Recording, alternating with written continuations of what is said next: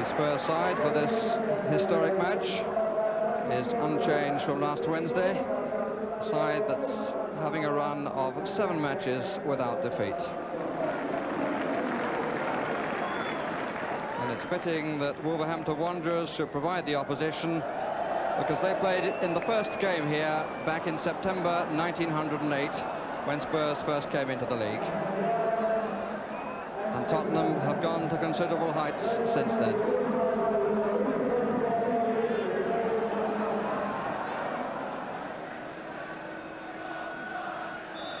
Spurs with the win behind them in more senses than one. Very much involved in 4 competitions. For Wolves, the season will be a struggle to the end to avoid relegation. The referee for this historic match is Trevor Spencer of Salisbury. It's Mark Falco, who'd like to get on the score sheet. He hasn't done so since he came back from injury. No foul given. Here's John Richards.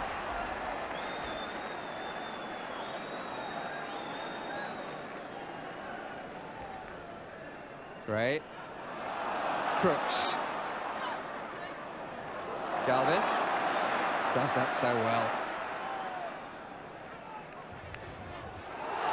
And a bad back pass, and Bradshaw did really well.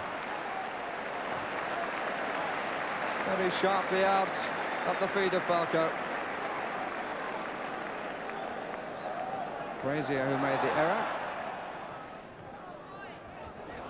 Crooks. Perryman.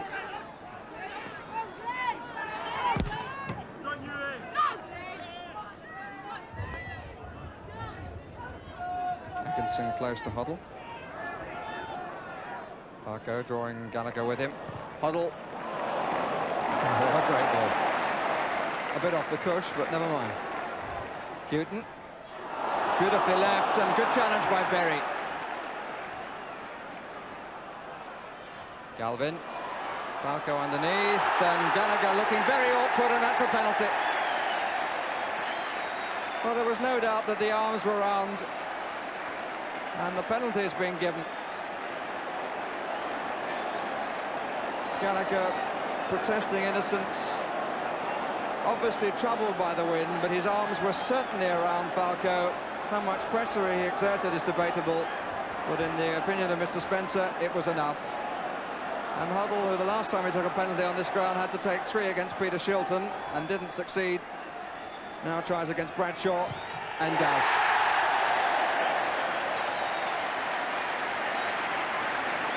It's actually his first goal for 11 matches. Coming in the 10th minute of this match. Bradshaw going the right way, but beaten by the pace.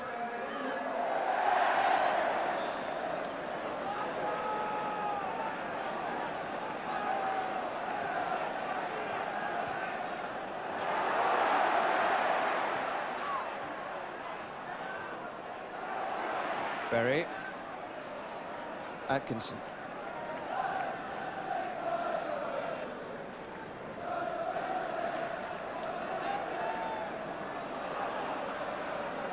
Humphrey drawn forward. Ardiles. Hoddle. Well cut out by Berry. For what vision? And it very nearly worked. Beer comes to Ardiles. Falco. Hoddle. It was Brazier whose block was the most important.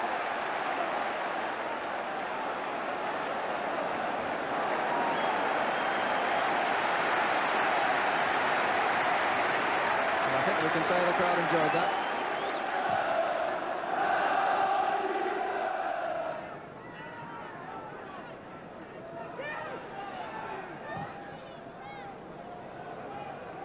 Hibbett covering well, but at the expense of the corner.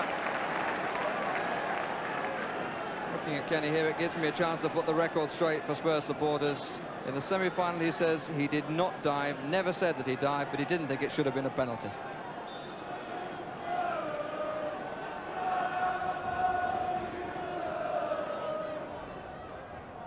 Ardiles. Villa. Galvin. Hoddle. Oh, what a lovely strike of the ball. Had the time to set his sights and brought a very good save out of Bradshaw.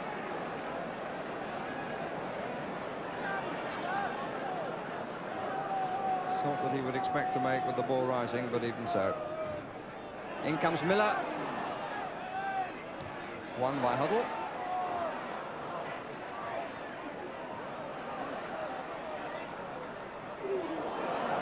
And Miller certainly didn't stand on ceremony. Hoddle. The afternoon looks made for him. Oh! And how could anybody say about him playing on the left side for England? It doesn't matter what side he plays on. Houghton. Atkinson at Hoddle's back. Hibbett sent away.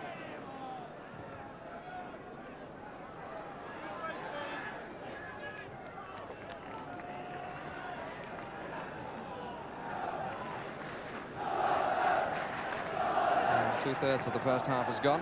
Just one goal between the two teams. It's Villa.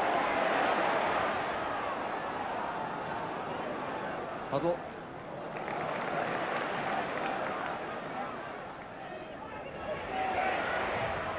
Oh, I say! Smile says it all from Ricky Villa. And Bradshaw seemingly suggesting there was an almighty swerve on the ball.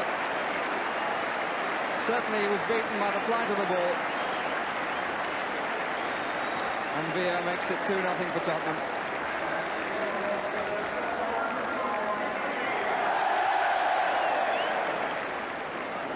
Well, after a couple of moments of frustration from the big Argentine, he plunks it right there.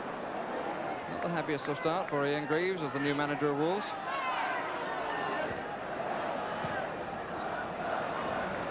Crooks, Villa, and he very nearly did it again with a totally different strike. Didn't come up very much, and I suspect it beat the hand, but it beat the post as well. Hibbett.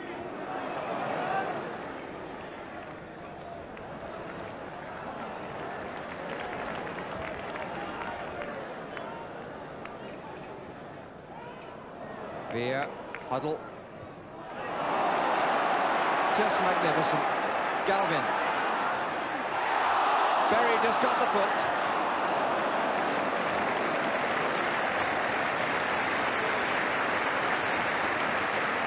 Total appreciation for the White Hart Lane crowd.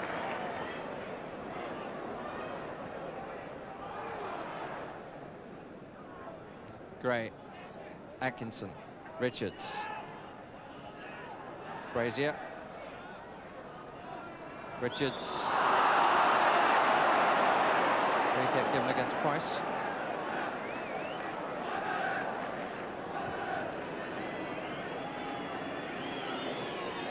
Crowd anticipating a strike by Hibbett. And Clemens has got the right side of his goal covered.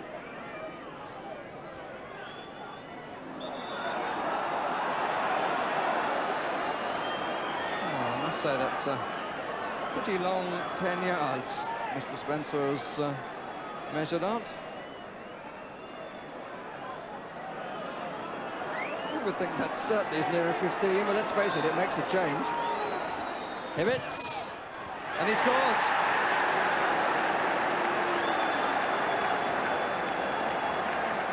And Ray Clements disappointed. Hibbett delighted, his second goal in a week. But there'll be a few complaints from Tottenham about that. Because 10 yards, it says in the law book. And I'm afraid I would have to argue with Mr. Spencer's estimation of what is 10 yards. 2-1. Makes it a match again. Gives a bit of life to Ian Greaves' side.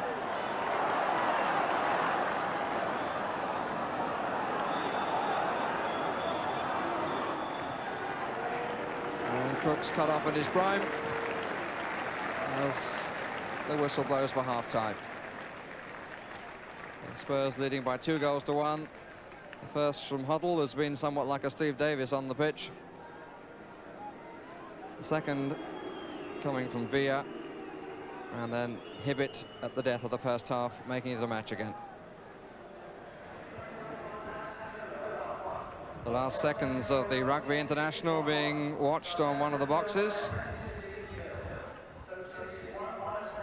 Tottenham are getting the second half here, really having to begin again. A match seemingly well won at 2-0, but now they've got to exert their superiority once more. There's Ardiles.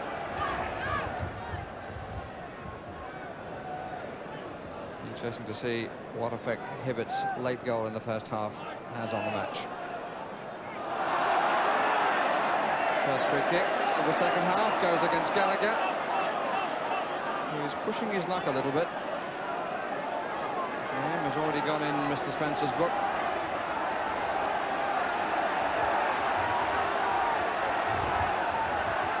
Well, Crooks is there, might move away, he did, but it was too high. Well, Spurs obviously thought there was a deflection from the corner. The linesman unmoved. And the referee unresponsive.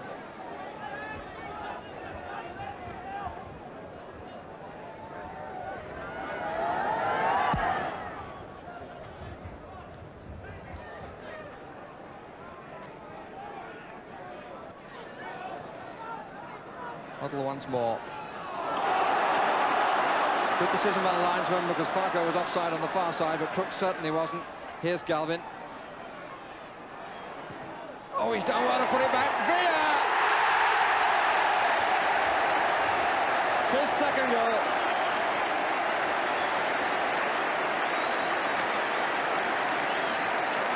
But the man deserving of the greatest congratulation, undoubtedly Tony Galvin.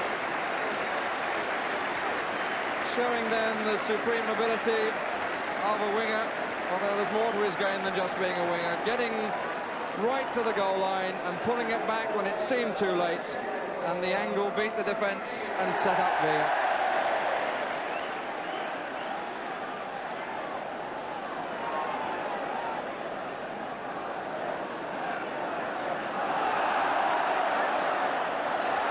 So the corks are popping once more.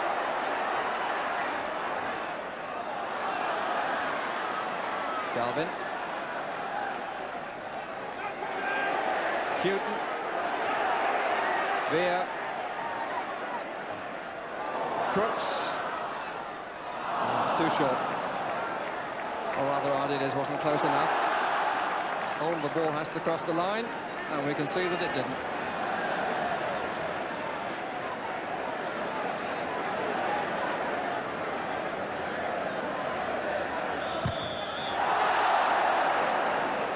A free kick would have been given anyway because Mr. Spencer has his arm aloft.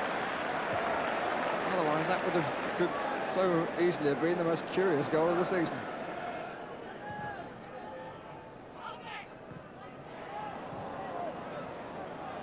Hibbett.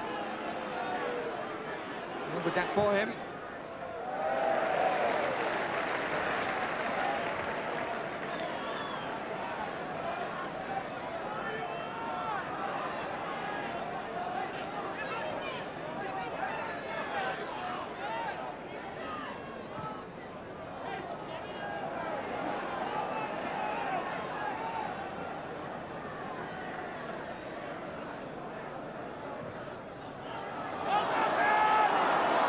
Crooks. 3 to put it back to. Berry again with the challenge. Villa. That's his hat-trick.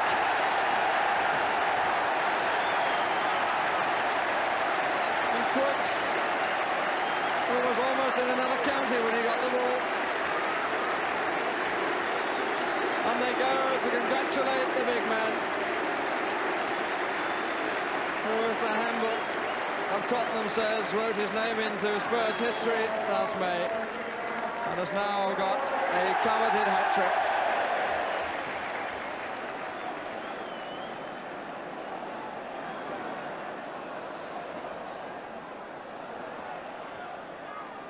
Hibbett, lovely strike.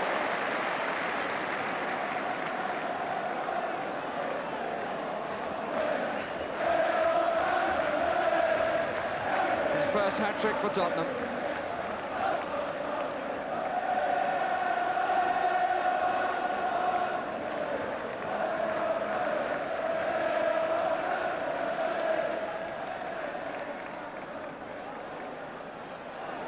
Huddle.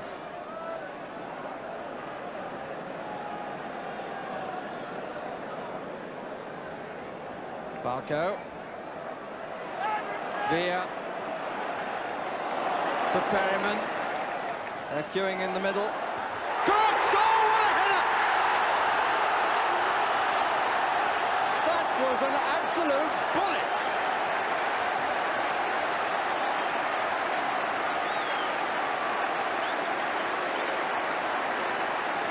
Perryman who provided,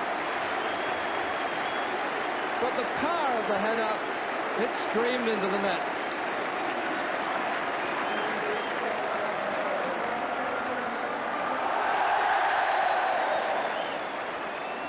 And if it wasn't for the fact that he'd take so much stick in the dressing room, I would make a comparison with a famous number 10.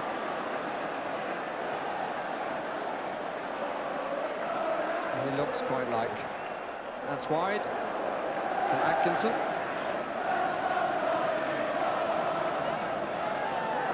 Wayne Clark, the rule substitute. And Ross, the coach. Diles.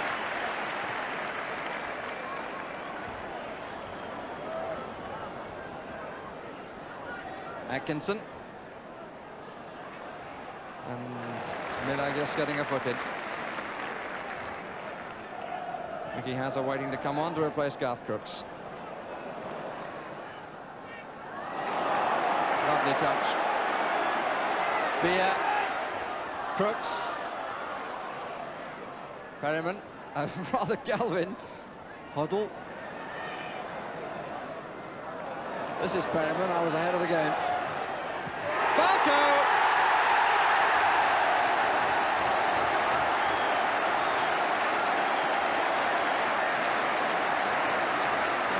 Most delighted. Desperately wanted a goal. Perryman deep in the box, provided again.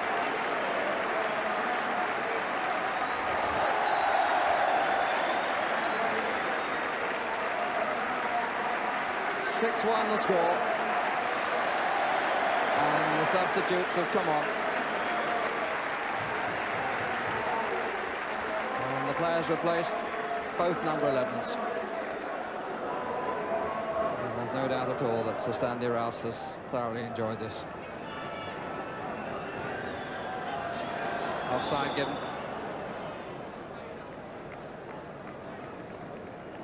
Now just a question of what Mr. Spencer's got on his watch for the odd stoppage.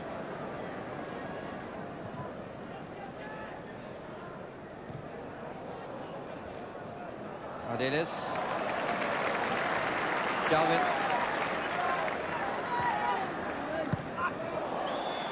Foul by Humphrey.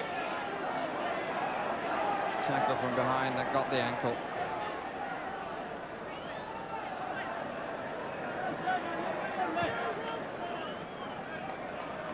Miller. And the party's over. But the guests are full to overflowing. 3 goals for Ricky Villa. 1 each for Huddle, Crooks and Falco. And the champagne has really flowed as Spurs celebrated the opening of their new stand. As for Wolves on this afternoon, they were simply there for the killing.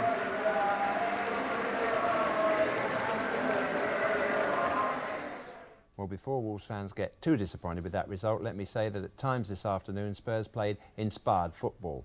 There were quite a few outstanding performances, not the least from the Latin American contingent, but most England supporters would have warmed to the performance of Glenn Hoddle. His ball skills were electric, his shooting powerful and accurate, but the strength of his game was pumping a succession of perfectly directed and paced through passes which lacerated the Wolves' defence. And if you think that the case for Glenn's inclusion in the England team is unarguable, well, just remember that Ron Greenwood's problem would then be to find and select forward players with the pace and the running power to make those passes count against the best defences in the world, which is the object of the exercise in June. Well, that's not my problem, thank goodness, but it is my pleasure to pick one representative and extraordinary pass to make that point about Hoddle. Why it was so extraordinary is because he deceived everyone except the running man, Perryman. You can see as the ball's laid there, that's Glavin on the ball, it's laid back, and everybody was expecting it to the left-hand side of the field. You can just catch a glimpse of Perryman's run on the right, and that ball was sliced off the outside of the foot, checked perfectly there for Perryman also to do a rather useful volley and really make the day for me. That was special. Well, Spurs' win was the biggest in any First Division match this season. Although they're currently 9th with 36 points, they have played 3 matches less than the leaders Southampton. Manchester United stay second after coming from behind to beat champions Aston Villa 4-1. Kevin Moran scored twice. But the team of the moment continues to be Liverpool, who beat Championship favourites Ipswich for the second time in 4 days. The result this time was 4-0, and it took Liverpool from 6th to 3rd place with a game in hand.